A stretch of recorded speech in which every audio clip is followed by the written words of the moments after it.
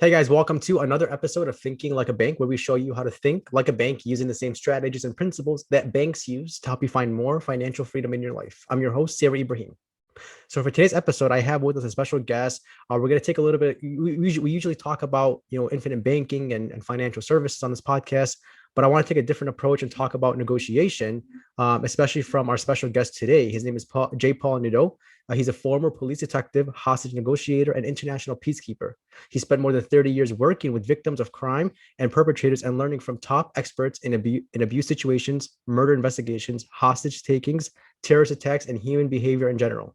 He's the host of the Inspire Us podcast, and he's also the author of the book, Dammit, Just Ask, a book on how to ask and negotiate for what you want in life and in business, as well as the Take Control of Your Life companion journal. Paul, welcome to the show. Thanks, Sari. Nice to be here, man. Yeah, thank you. I'm excited to talk about your background and everything. Do you mind sharing with us some of your background, how you got into negotiation and other things you've accomplished? I do not mind at all. Okay, well, you know what? Mine is not a pretty story in the very, very beginning. I was raised by a very violent alcoholic father who used to abuse my mother, my brother, myself. And when I say abuse, it was severe beatings. My father used to lock me in a trunk. He took me to a slaughterhouse when I was 7 years old, and I watched in horror as pigs were slaughtered in my presence and the blood was splatting all over the place. He used to kill kittens in front of me in the garage. There are so many things that I could tell you about. As a child, I was damaged, and I was conditioned not to believe. Well, I was conditioned to believe that I would amount to nothing, because not only was I being abused in the home, my teachers back in the 60s, I went to a Catholic school. They weren't that supportive either, and many of them would tell me that I was going to be a loser, because I never applied myself in school. That was the only place that I could actually act out. I couldn't act out at home. So when I went to school, I was a little brat. I used to disrupt the classroom. I had one thing I used to love doing. And imagine this, it's summer and, it's recess. And I go outside with a carton of milk, an empty carton of milk.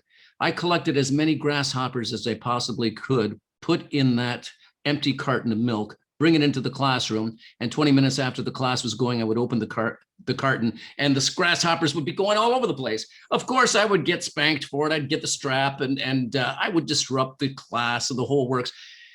I never really applied myself, and I never thought to, because I always thought I was going to lose. So let's fast forward a little bit. Let's go back a little bit. When I was 7 years old, and the number 7 plays a significant role in my life for some reason. When I was 7 years old, after one of the beatings from my father, I remember looking up at him and thinking to myself, when I grew up, I am going to be a policeman so I can arrest you and people like you. That was the thought that I had ever since I was 7 years old. Now, in school, when I'm this failure and conditioned to believe that I could never amount to anything, in grade 7, I was liking girls, but I was the bad boy. I was the one being bullied. I was the weak one in the classroom.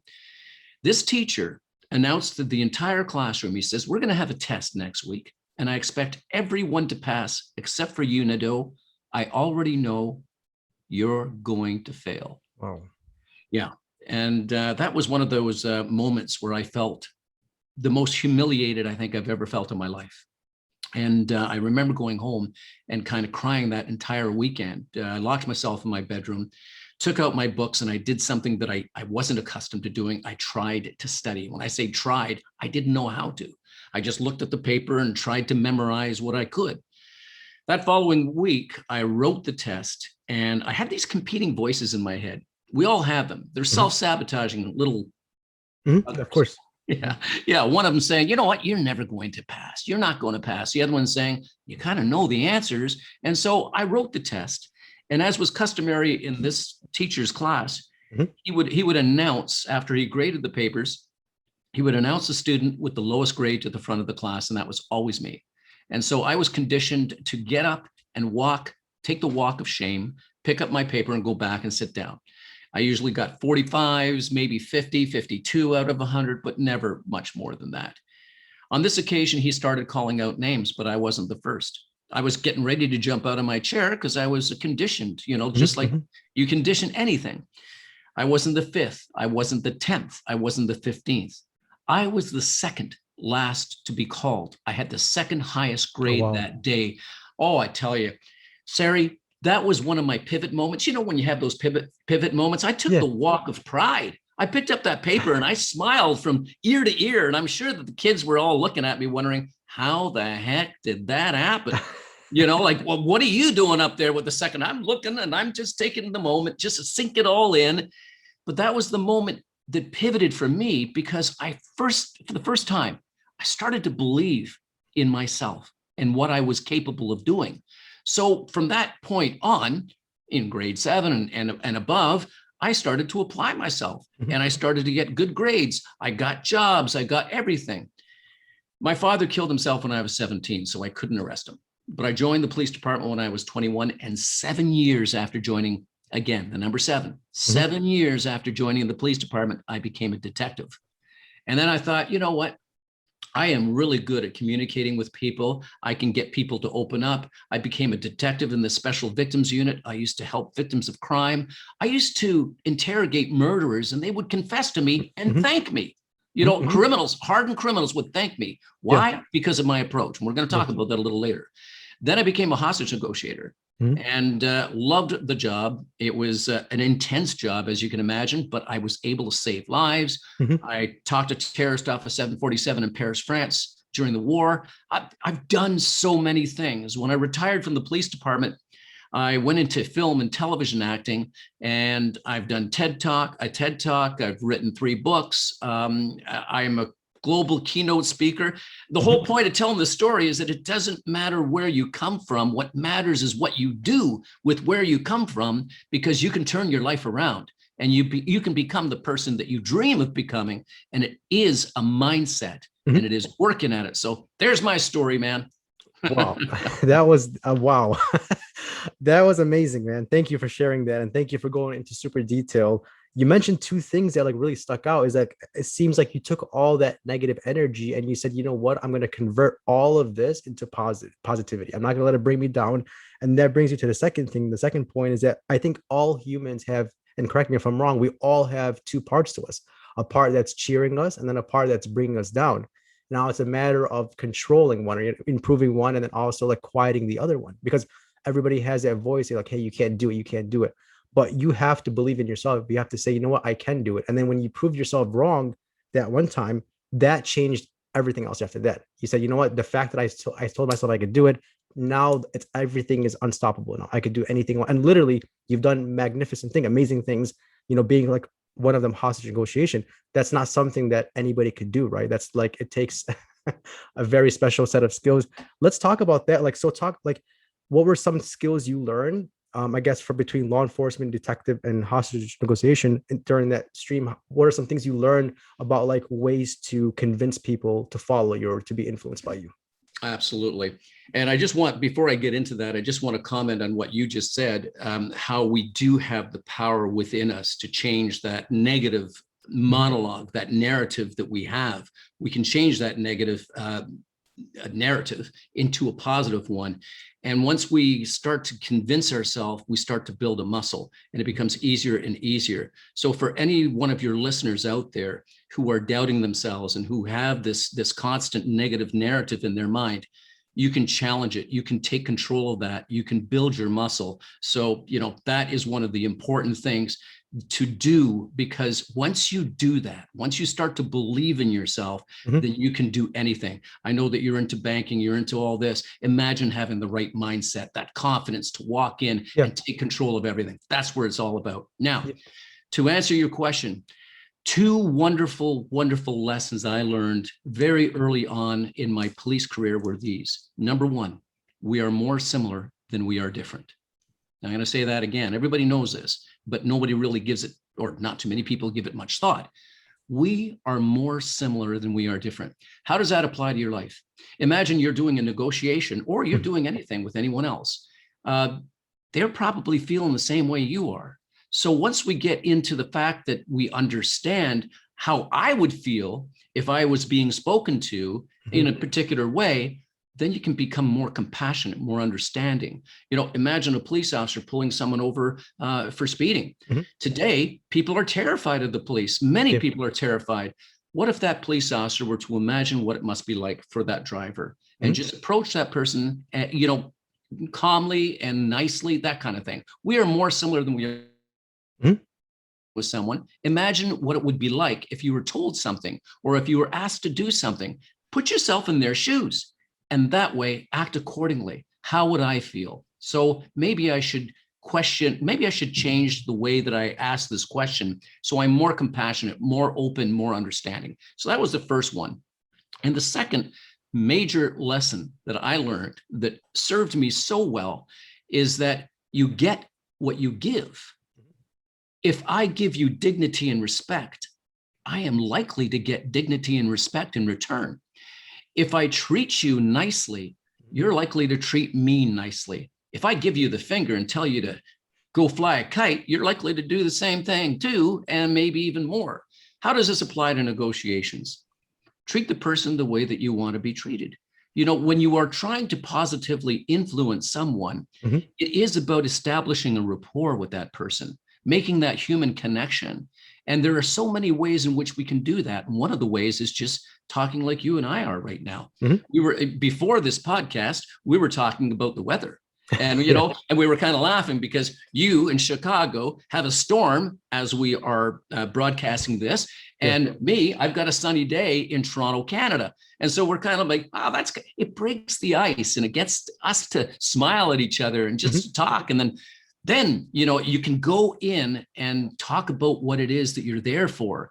So you don't always bring the purpose of your meeting out front first. And a lot of negotiators make that mistake. They walk in, they say, okay, we're here to talk about XYZ, and they get right to business. Heck no. Yeah. Sit down and say, how's your day? How you Yeah. doing? I heard you did this. I heard you did that.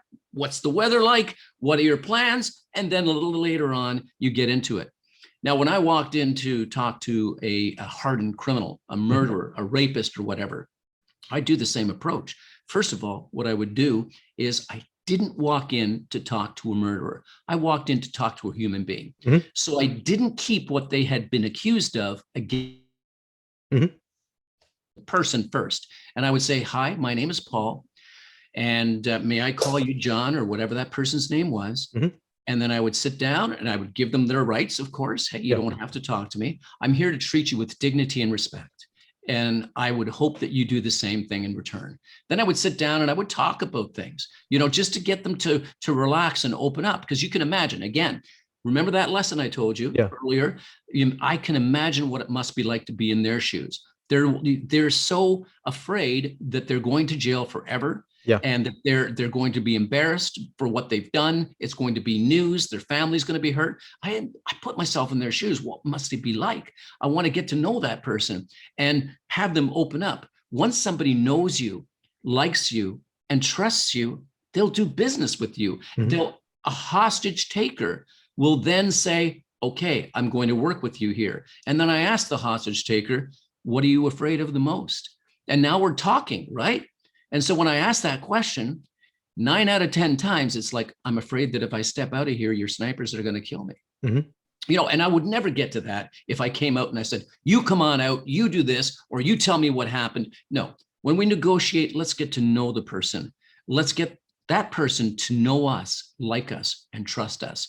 It is when we establish that connection, that human connection with other people, that we can really ask for the world, and we'll usually get it in return. Okay. Do you wish that more police officers and detectives had these skills that you have?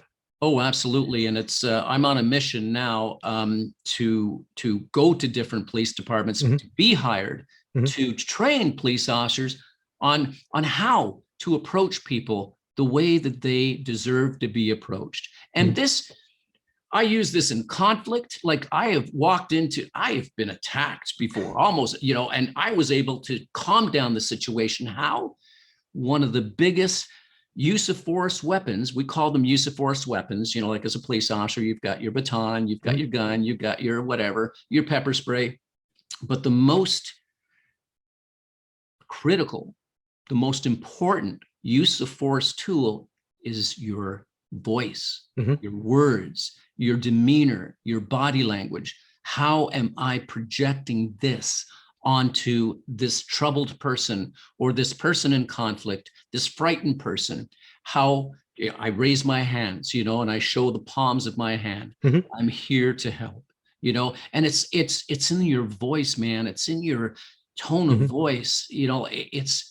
It's your body language. It's the words that you use. All Mm-hmm. those things come into play. Body language wise, how could you show more trust? How can you convey more trust through your body?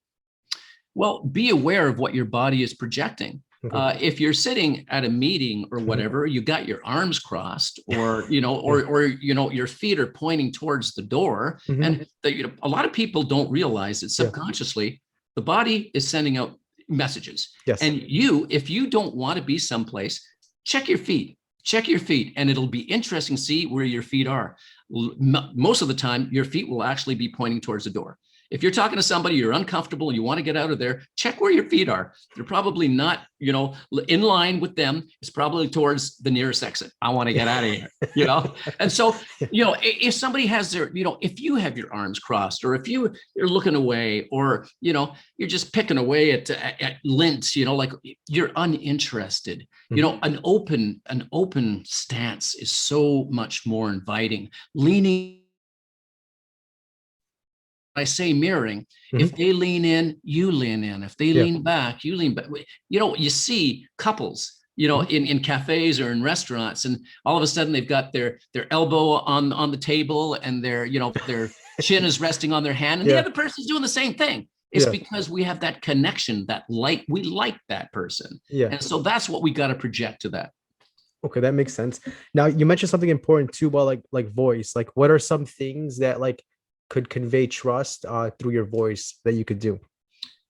I'm glad you asked that question, because many of us have been experiencing this application, this audio application, social application called Clubhouse. Mm-hmm. And on Clubhouse, it is our voice that we use. So the tone of your voice is very important. So I can use my voice in many ways. I can be soft. I can speak softly. I can speak harshly. We use our voice in a way that conveys, I'm here to serve, I'm here to give value, I'm here to listen to you, and I'm interested. So let's take pauses every once in a while. When you're telling a story, don't rush, take your time. Imagine this, we've all heard it. If we're listening to a narrative, like an audiobook or an audio play, even better, a radio show. Way back when, before television was a big thing, they used to do these radio programs. And it was fantastic because the actors, it's all voice. And I was mesmerized as a kid.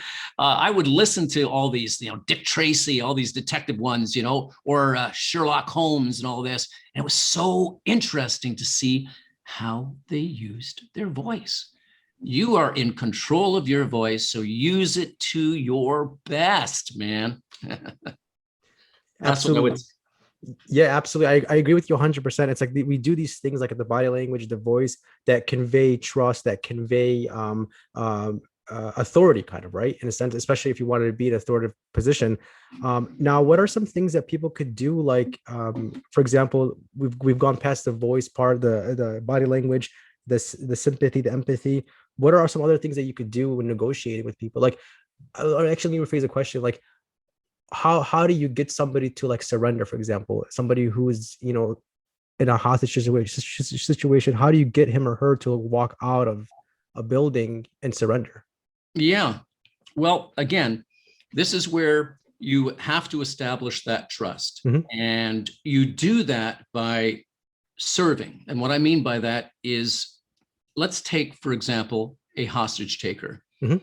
In most situations, I'm going to say most situations, unless you're a professional hostage taker, in a country in which you grab a hostage and you hold them for ransom, that is a profession. You have your pirates out there, you have your hostage takers out there that are in it for profit. That's a different negotiation altogether. But let's take a look at a hostage taker whose crime went wrong. And all of a sudden they were doing a robbery. a police cruiser pulled up or a door got locked or whatever, and they're starting to panic and they grab somebody, and all of a sudden, what do I do now? And in that fight, flight, or freeze moment, they grab something as this is what I'm going to negotiate with, this human life. And they don't know what they're doing. Yes. So they are panicked. I need to calm the situation down. And I will use that with my voice and the words that I use. And here's the thing. We have to involve our negotiatee. And I use that word negotiatee. That's anybody that you're negotiating with is your negotiatee in my language. I want to involve them in the process. But I will tell the hostage taker right from the bat what my purpose is. And it's very important to state your purpose and what you're there to do. So I will use my first name. I don't use a title. I don't say I'm Detective Nadeau or, it's just, no, I'm Paul. I am the negotiator and I'm here to help. How can I help you? That's amazing. Those words, how can I help you? It opens the gates to so much possibility. When you state, you ask, how can I help you? I'm here to make sure that you're all right and that everybody else is all right. Is anyone in need of medical assistance? How about you? Are you okay? I'm here to make sure that we get this situation straightened out and that everybody goes home just fine, or something along that line. He's not going home, obviously. But, it is really about establishing in a calm voice that you're there to serve, you're there to help, you're there to work with them. And at first, because you brought up the hostage situation, the hostage taker has all the control, right? He has the hostages and he is able, or they are able, to kill their hostages if they don't get what they want. So we need to get them to work with us to the point where they relinquish that power, or at least share it with us.